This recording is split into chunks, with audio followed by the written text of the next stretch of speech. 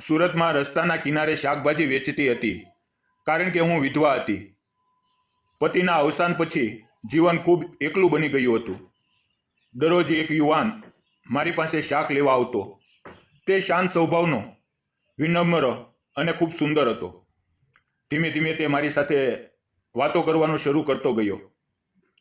એક દિવસ હું તેના ઘરે પૈસા પાછા આપવા ગઈ. તે એકલો જ રહેતો હતો.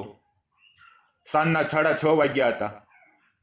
તેણે મારા માટે ચા બનાવી અને પછી મારી તરફ જોયું. નમસ્કાર મિત્રો, મારું નામ સાધના છે. મારી ઉંમર 29 વર્ષની છે અને હું વિધવા છું. હું રસ્તાના કિનારે શાકભાજી વેચું છું. આજે દિવસ પણ એવો જ હતો. જ્યારે હું શાક વેચી રહી હતી, અચાનક એક યુવાન બુલેટ બાઇક પર આવ્યો. તેણે મારી દુકાન સામે બાઇક રોકી અને પૂછ્યું, મેથીની એક જોડી કેટલાની છે? મેં જવાબ આપ્યો, 10 રૂપિયાની. પછી તેણે પૂછ્યું, અને પાલક? મેં કહ્યું, એ પણ 10 રૂપિયાની છે. તેણે કહ્યું, બંનેના બે બે જુડા આપો. મેં તેને 2 મેથી અને 2 પાલકના જુડા આપ્યા. તેણે થેલો આગો કર્યો. મેં ભાજી તેમાં મૂકી દીધી. પછી તેણે ખીચામાંથી 500 રૂપિયાની નોટ આપી. મેં કહ્યું, સાહેબ, મારી પાસે છૂટા પૈસા નથી. તે બોલ્યો, મારી પાસે પણ છૂટા પૈસા નથી. હું થોડી ગભરાઈ ગઈ. મને સમજાયું નહીં કે હવે શું કરવું. પણ મેં કહ્યું, કોઈ વાંધો નહીં, તમે કાલે જ્યારે પાછા આવો ત્યારે આપી દેજો.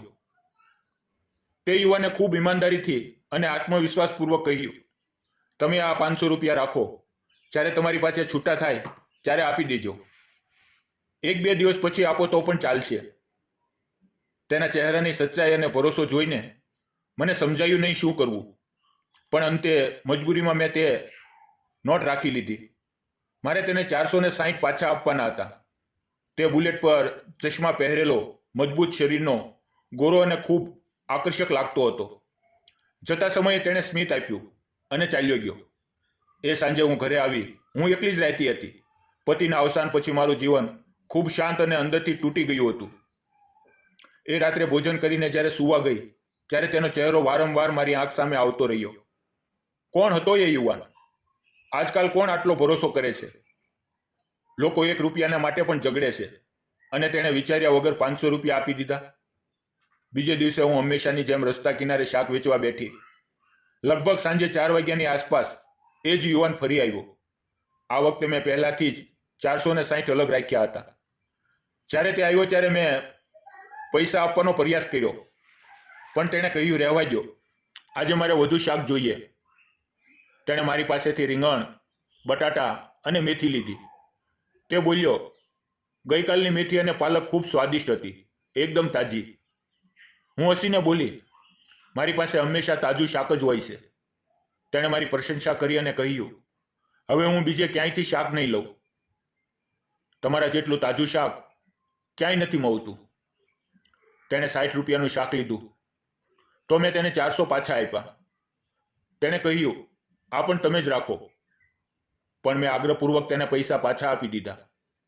તેણે પૈસા લઈ લીધા અને ત્યાર પછી તેણે પૂછ્યું, તમારું નામ શું છે? મેં કહ્યું, સાધના. તે બોલ્યો, ખૂબ સુંદર નામ છે. મેં પૂછ્યું, અને તમારું નામ? તે બોલ્યો, મારું નામ વિજય છે. ત્યાર પછી મેં તેને કંઈ વધુ પૂછ્યું નહીં. પણ જતી વખતે તેણે ફરી એક મીઠી સ્મિત આપી, જે મારા મનમાં ગાઢ છાપ મૂકી ગઈ. હવે તે રોજ મારી પાસે આવવા લાગ્યો. ક્યારેક કોઈ બહાને થોડું શાક ખરીદતો અને મારી સુંદરતાની પ્રશંસા કરતો અને મીઠી સ્મિત આપતો. આ બધામાં મારું મન આખો દિવસ ખુશ રહેતું. હવે હું થોડા થોડા પૈસા બચાવવા લાગી હતી. ઘરે પૈસા રાખવા સુરક્ષિત નહોતા, એટલે મેં વિચાર્યું કે નાના કાનના બુટિયા બનાવી લઉં. જ્યાં હું શાક વેચતી હતી ત્યાં જ એક સોનીની દુકાન હતી. એક દિવસ હું ત્યાં બુટિયા લેવા ગઈ. જેવી જ હું અંદર ગઈ, કાઉન્ટર પર બેઠેલા માણસને જોઈને હું આશ્ચર્યચકિત થઈ ગઈ, કારણ કે એ તો વિજય જ હતો. હું બોલી, તમે અહીંયા? તે મારી તરફ સ્મિત કરીને બોલ્યો, અને તમે અહીં કેવી રીતે? મેં કહ્યું, કાન માટે બુટિયા લેવા આવી છું. પછી તેણે મને એક સુંદર બુટ્ટી બતાવી. મારી પાસે વધુ પૈસા નહોતા. પણ તેણે ઘણી મોંઘી અને સુંદર બુટ્ટી મારી સામે મૂકી. તેમાંની એક જોડી મને ખૂબ ગમી ગઈ. મેં કહ્યું, આ મને બહુ ગમી છે, જરા તોલીને કહો કેટલાની થશે? તેણે વજન કર્યું અને કહ્યું, 14,000 રૂપિયાની થશે.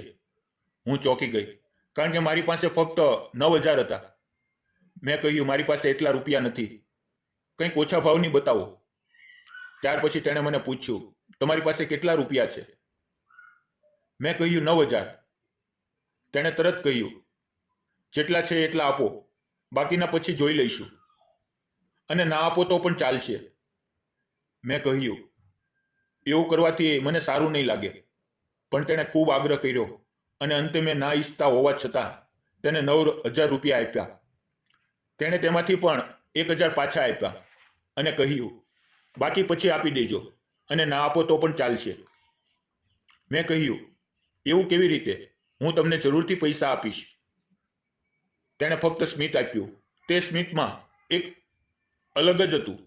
મેં તે બુટ્ટી પહેરી અને અરીસામાં જોયું તો મારો ચહેરો ખુશીથી ખીલી ઉઠ્યો. વિજય પણ બોલ્યો, તમારા કાનમાં આ બુટ્ટી ખૂબ સુંદર લાગી રહી છે. હું થોડું શરમાઈ ગઈ. એ પળે મને લાગ્યું કે હું કોઈ નાજુક સપનાની દુનિયામાં પહોંચી ગઈ છું.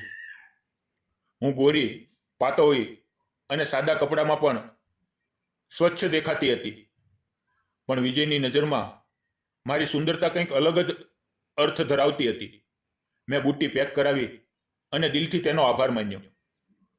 વિજય હસીને બોલ્યો, મારું ઘર ઉપર જ છે, સમય મળે તો આવજો ચા કે ભોજન લેવા. હું હસીને બોલી, જોઈશું, સમય મળશે તો જરૂર આવીશ. ત્યાર પછી વિજય રોજ મારી પાસે આવતો અને કહેતો, તમારા કાનમાં આ બુટ્ટી ખૂબ જ સુંદર લાગી રહી છે. હું શરમાઈને હસતી. હવે તે ધીમે ધીમે મજાક પણ કરવા લાગ્યો અને અમારી વાતો વધવા લાગી. થોડા મહિનામાં અમારો સંબંધ ધીમે ધીમે ફૂલવા લાગ્યો. આ દરમિયાન મેં બાકીના 6,000 પણ ભેગા કરી લીધા હતા. મને હંમેશા એના પૈસા ન આપવાનો ભાર લાગતો હતો, એટલે નક્કી કર્યું કે બીજે દિવસે એને આપી દઉં. પણ બીજા દિવસે વિજય શાકભાજી ખરીદવા આવ્યો નહીં.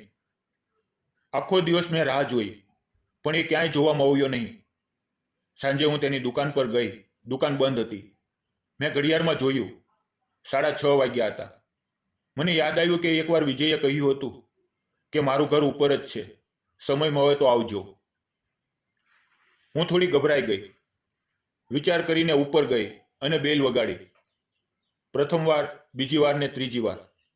ત્રીજી વાર બેલ વાગતા વિજયે દરવાજો ખોલ્યો. તે બોલ્યો, અરે તમે અહીંયા? મેં ધીમેથી કહ્યું, તમારી દુકાન પર ગઈ હતી, તે બંધ હતી. તમે આજે શાકભાજી લેવા આવ્યા નહીં, તો વિચાર્યું કે પૈસા ઘરે આવીને આપી દઉં. તે બોલ્યો, હવે જ્યારે આવી જ ગયા છો તો થોડી વાર બેસો, હું પાણી અને ચા લાવું છું, પછી વાત કરીએ. હું થોડા સંકોચ સાથે સોફા પર બેસી ગઈ.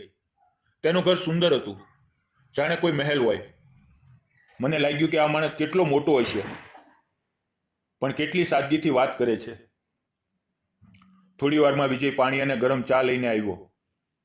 મેં પૂછ્યું, તમારા ઘરમાં કોણ કોણ રહે છે? તે બોલ્યો, હું એકલો જ રહું છું. કેટલાય વર્ષ પહેલા મારી પત્નીનું અવસાન થયું હતું. હું થોડી ચૂપ રહી અને બોલી, માફ કરજો, દુઃખ આપવાનો મારો ઈરાદો નહોતો, પણ ઘર ખાલી જોઈને લાગ્યું કે ચા કોણે બનાવી હશે. તે બોલ્યો, ચા મેં જ બનાવી છે. મને મારા હાથથી બનાવેલી ચા અને ભોજન ખૂબ ગમે છે. મને બહારનું ખાવાનું નથી ગમતું. પછી તેણે પૂછ્યું, તમારા ઘરમાં કોણ છે? હું થોડા સમય માટે ચૂપ રહીને કહ્યું, હું પણ વિધવા છું. મારા પતિને દારૂની આદત હતી. લીવર બગડી ગયું અને એ કારણે તેનું અવસાન થયું. થોડી વાર બંને ચૂપચાપ બેઠા રહ્યા. અચાનક અમારી નજર એકબીજા પર અટકી ગઈ, જાણે સમય થંભી ગયો હોય. વિજય બોલ્યો, તમે ખૂબ સુંદર લાગો છો. સાચું કહું તો કદાચ તમને ખરાબ લાગે, પણ હું મનની વાત કહી દઉં. હું રોજ તમારી પાસે શાક લેવા આવું છું, કારણ કે તમને જોઈને મારો દિવસ સારો જાય છે.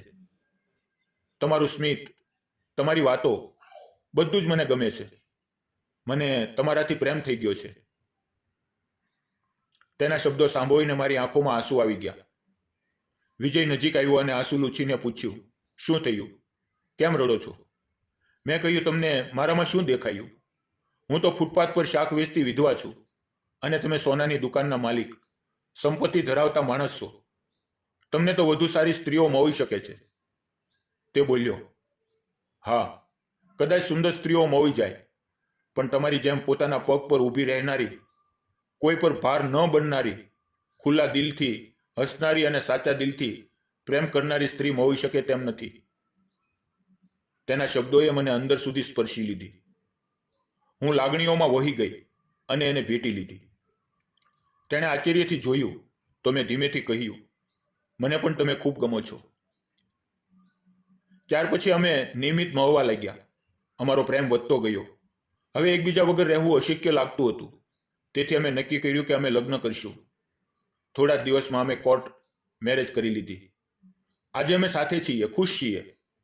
હું વિજયની સોનાની દુકાનમાં કામ કરું છું અને તેણે મારા માટે ખૂબ સુંદર દાગીના બનાવ્યા છે. અમે એકબીજાને સમય આપીએ છીએ, પ્રેમ કરીએ છીએ અને ખૂબ સુંદર જીવન જીવી રહ્યા છીએ. મિત્રો, તમને આ નાની એવી વાર્તા કેવી લાગી તે જરૂર કોમેન્ટમાં જણાવો. જીવનમાં દરેકને બીજો મોકો મળવો જોઈએ, પ્રેમ માટે, પોતાના જીવન માટે અને ખુશી માટે. એક વિધવા શાકવાળી અને એક અમીર સુવર્ણકાર બંને પોતાના જીવનમાં એકલા હતા, પણ પ્રેમે તેને ખાલી જીવનને ફરી ભર્યું. મહત્વનું એ નથી કે કોઈ વ્યક્તિ સમાજમાં શું છે, પણ મહત્વનું એ છે કે એ તમારા માટે શું છે.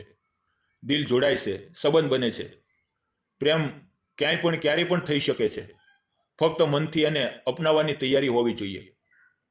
જો તમને મારી આ પ્રેમ કહાની ગમી હોય તો આ વાર્તાને લાઈક કરો, શેર કરો અને ચેનલને સબસ્ક્રાઇબ કરવાનું ભૂલશો નહીં. અને વિડીયોમાં આવેલા નામ, પાત્ર અને ઘટના ફક્ત કાલ્પનિક હતા. તેનો કોઈ પણ વ્યક્તિ, જાતિ કે ધર્મ સાથે સંબંધ નથી. ફરી મળશું આવતીકાલે એક નવી વાર્તામાં. ત્યાં સુધી આવજો. વિડીયો પૂરો જોવા બદલ આપ સૌ મિત્રોનો દિલથી ખૂબ ખૂબ ધન્યવાદ મિત્રો.